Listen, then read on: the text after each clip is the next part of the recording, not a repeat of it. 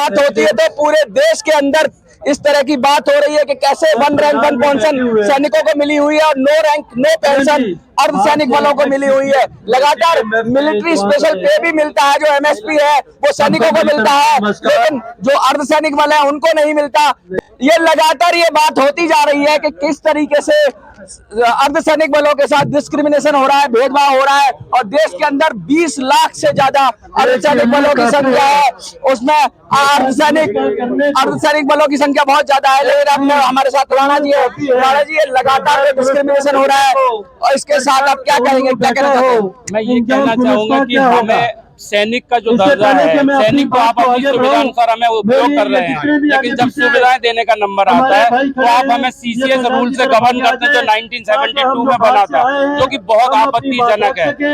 हम पैरामिलिट्री परिवार है तो हमें पैरामिलिट्री परिवार की तरह ही उपयोग किया जाए और हमें उनकी सुविधाएं भी दी जाए, चाहे वो 1 रैंक 1 पेंशन का मामला है या 2004 की पेंशन जब बंद की है इन्होंने, नई पेंशन हमारे ऊपर लागू की है, वो नहीं होनी चाहिए। हमें पुरानी पेंशन मिलना चाहिए। हमारे फोर्सेस के साथ में बहुत ज्यादा अन्याय हो रहा है जो बिल्कुल मान्य नहीं है। हमारे रिटायरीज के लिए सुविधा नहीं है चिकित्सा की, दूर दराज पहाड़ों के क्षेत्र में सीजीएचएस की डिस्पेंसरियां नहीं है, सीएचसी हमारी कैंटीन है उनमें जीएसटी माफ नहीं है। और आपको जानकारी होगी पिछले 5 साल में 1500 से ज्यादा लोगों ने सुसाइड किया है। सितंबर अकेला ये महीना सितंबर, आज 25 तारीख है, अब तक 16 जवानों ने सुसाइड किया है, जिसमें 11 जवान सीआरपीएफ के हैं। कल एक इंस्पेक्टर ने सुसाइड किया है, जो बहुत ज्यादा पीड़ा देता है कि एक जवान देश सेवा के लिए आया था, वो सुसाइड करने को मजबूर क्यों है? ऐसी क्या दिक्कत है फोर्स में? और 50,000 से ज्यादा लोग नौकरी छोड़ के चले गए हैं, जो बीआरएस भी नहीं लिए हैं, प्री मैच्योर रिटायरमेंट जिनको हम डिस्चार्ज कहते हैं, या नौकरी छोड़ के चले गए हैं, जो बहुत ही ज्यादा दर्दनाक है। 1 लाख से ज्यादा हमारे फोर्सेजों में वैकेंसियां हैं जो सरकार को फुलफिल करना चाहिए था। 2018 के 50,000 बच्चे आज भी सड़क पे धक्के खा रहे हैं, जिसमें से 5400 बच्चों को और लेना था जो इन्होंने नहीं लिए हैं।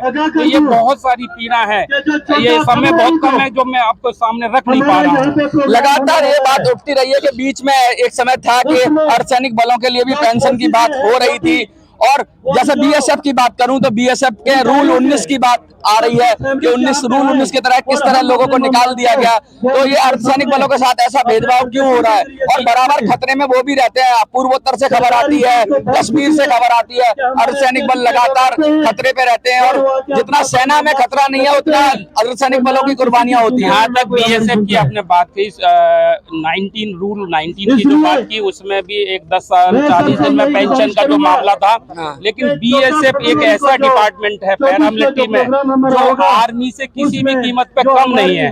बीएसएफ के पास अपनी आर्टिलरी है, बीएसएफ के पास अपनी नेवी है, बीएसएफ के पास अपनी एयर विंग है, उसके बाद भी हमें सीसीएस रूल 1972 से गवर्न किया जा रहा है, जो बहुत ही ज्यादा दर्दनाक है। बिल्कुल इससे ज्यादा क्या हो सकता है? पिछले 1.5 साल से हम सीआईएसएफ के डीजी से निवेदन कर रहे हैं कि हमारे सीआईएसएफ के जवानों को भी सीएलएमएस सुविधा मिले जो लीकर से संबंधित है, तो वो नहीं दिया जा रहा है और 1.5 साल से नहीं किया जा रहा। लगातार ये बात उठ रही है कि जब राजनेता सुन नहीं रहे हैं, तो अभी मंच से अनाउंसमेंट हुआ कि पॉलिटिकल पार्टी का अनाउंसमेंट हुआ, आप क्या कहेंगे? आप लोग सबसे पहले मीडिया कर्मचारी को मेरा धन्यवाद करता हूँ, क्योंकि आपको सब मालूम है, आप इस सभी आप लोग सुन रहे हैं, हर रोज न्यूज देख रहे हैं, कौन मरता है इस देश में।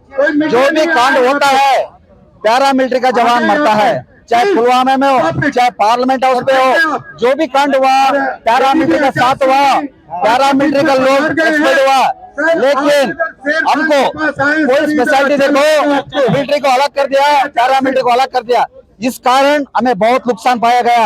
आप लोगों को मालूम है, सैनिक अर्धसैनिक पहले बोलते थे, सैनिकों को अर्धसैनिकों को कोई इतना डिफरेंस नहीं था। आज के डेट में सैनिक कहाँ पहुंच गए? आकाश में पहुंच गए, अर्धसैनिक पाताल में पहुंच गए। इस तरीके से हमें बहुत बड़ा नुकसान किया गया इस सरकार ने। सीएपीएफ करके हमारा जो सीएपीएफ नहीं आता था, अर्धसैनिक में आते थे, उसको सीएपीएफ को कर दिया गया। इसलिए हम जो दर्जा सैनिकों को जो दर्जा है हम खुश है, सैनिकों को और मदद दे, लेकिन साथ साथ हमको भी दे।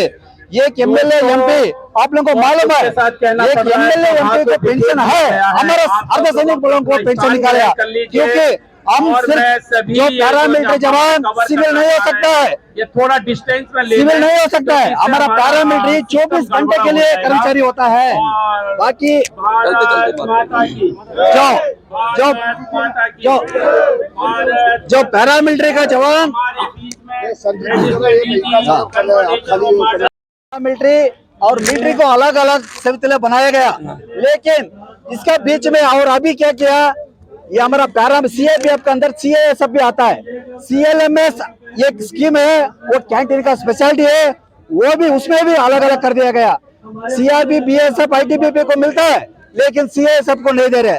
ये हमारा जो उच्च अधिकारी जो बैठा हुआ है, इनका हाथ में सीएलएमएस नहीं होना चाहिए, वो मिनिस्टर के अंडर में होना चाहिए। ये जो मंत्रालय है उन्होंने पास करना चाहिए, सबको बराबर हक मिलना चाहिए। और जो जीएसटी कैंटीन का उसको भी निकालना चाहिए, जैसा सीएसटी कैंटीन में होता है वो सुविधा हमें भी मिलना चाहिए। इसको लेते हम कई दिन से लड़ाई कर रहे हैं, इसका कोई सरकार अब जो आप कहाँ से अभी आज लोग आए हैं और पॉलिटिकल पार्टी की भी बात हुई है, थोड़ा उस पर भी विचार डालें। हम कर्नाटका से आए हैं, आज 32 स्टेटों से आज दिल्ली पहुंचा लोगों ने, हम कर्नाटका से 200 लोग पहुंचा है। हम एक बात कहना चाह रहे हैं, राजनीतिक पार्टी को हम बनाने के लिए तैयार है। आने वाला दिनों में एक पैरामिलिट्री का राजनीतिक पार्टी होगा, उस पार्टी के लिए हर जिला में हर डिस्ट्रिक्ट में एमपी को हम खड़ा करेंगे आने वाले इलेक्शन में। अगर सरकार हमारे को ध्यान दिया सही है, नहीं तो हम इलेक्शन राजनीतिक से भी लड़ने के लिए हम तैयार है। तो क्या जब अब तक तो सीमाओं की रक्षा करते थे या देश की रक्षा करते थे, अर्धसैनिक बल देश के अंदर रक्षा करते थे, क्या अब लगता है राजनीति में भी जाएंगे और रक्षा करेंगे देश की? बिल्कुल।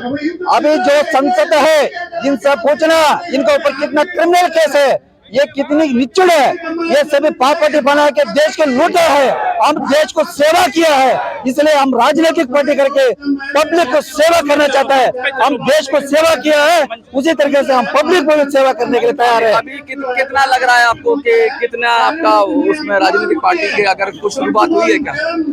राजनीतिक पार्टी के लिए हम कर्नाटका से शुरुआत करने वाला है, ये हम दिल्ली से भी स्टार्ट किया है। हमारा केंद्र में जो बैठा हुआ है श्री रणबीर सिंह साहब, श्री HR सिंह साहब, इन लोगों के साथ बातचीत हुआ है।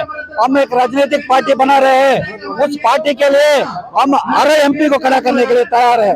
क्या जितने भी लोकसभा सीटें हैं 2024 में आपकी पार्टी आएगी मैदान में? मैदान में आएगा, जीतेगा भी है। पूरा पब्लिक को मालूम है, पढ़ा लिखा है, लोग देश सेवा किया है, लेकिन उन लोग तैयार है, उनका पब्लिक सेवा का हमारे को मौका मिलेगा, हम उस सेवा करके दिखाएंगे, ईमानदारी का होगा। क्या संदेश देना चाहेंगे जो लोग देख रहे हैं आपको, उनको क्या कहना चाहेंगे? मैं उन पब्लिकों को हम ये कहना चाहता है, साथियों आप लोग एक बार हमारे को मदद करो, एक बार हमारा पार्टी आने दो, हम उसको ईमानदारी क्या देश के अंदर नियत से हम काम करके दिखाएंगे। ये हम पब्लिक के लिए जो भी होगा नियत का काम करेंगे, हम पब्लिक का सेवा करेंगे।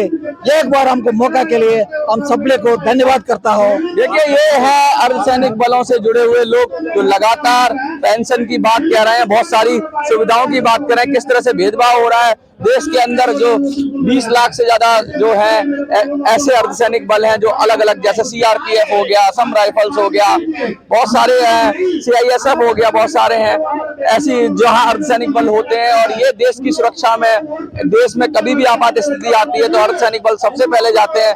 सबसे ज्यादा शांति काल में कुर्बानी भी अर्धसैनिक बलों की ही होती है, वो चाहे असम पूर्वोत्तर का एरिया ले लो, कश्मीर का एरिया ले लो, हर जगह फोर्स के साथ कंधे से कंधा मिलाकर चलते हैं।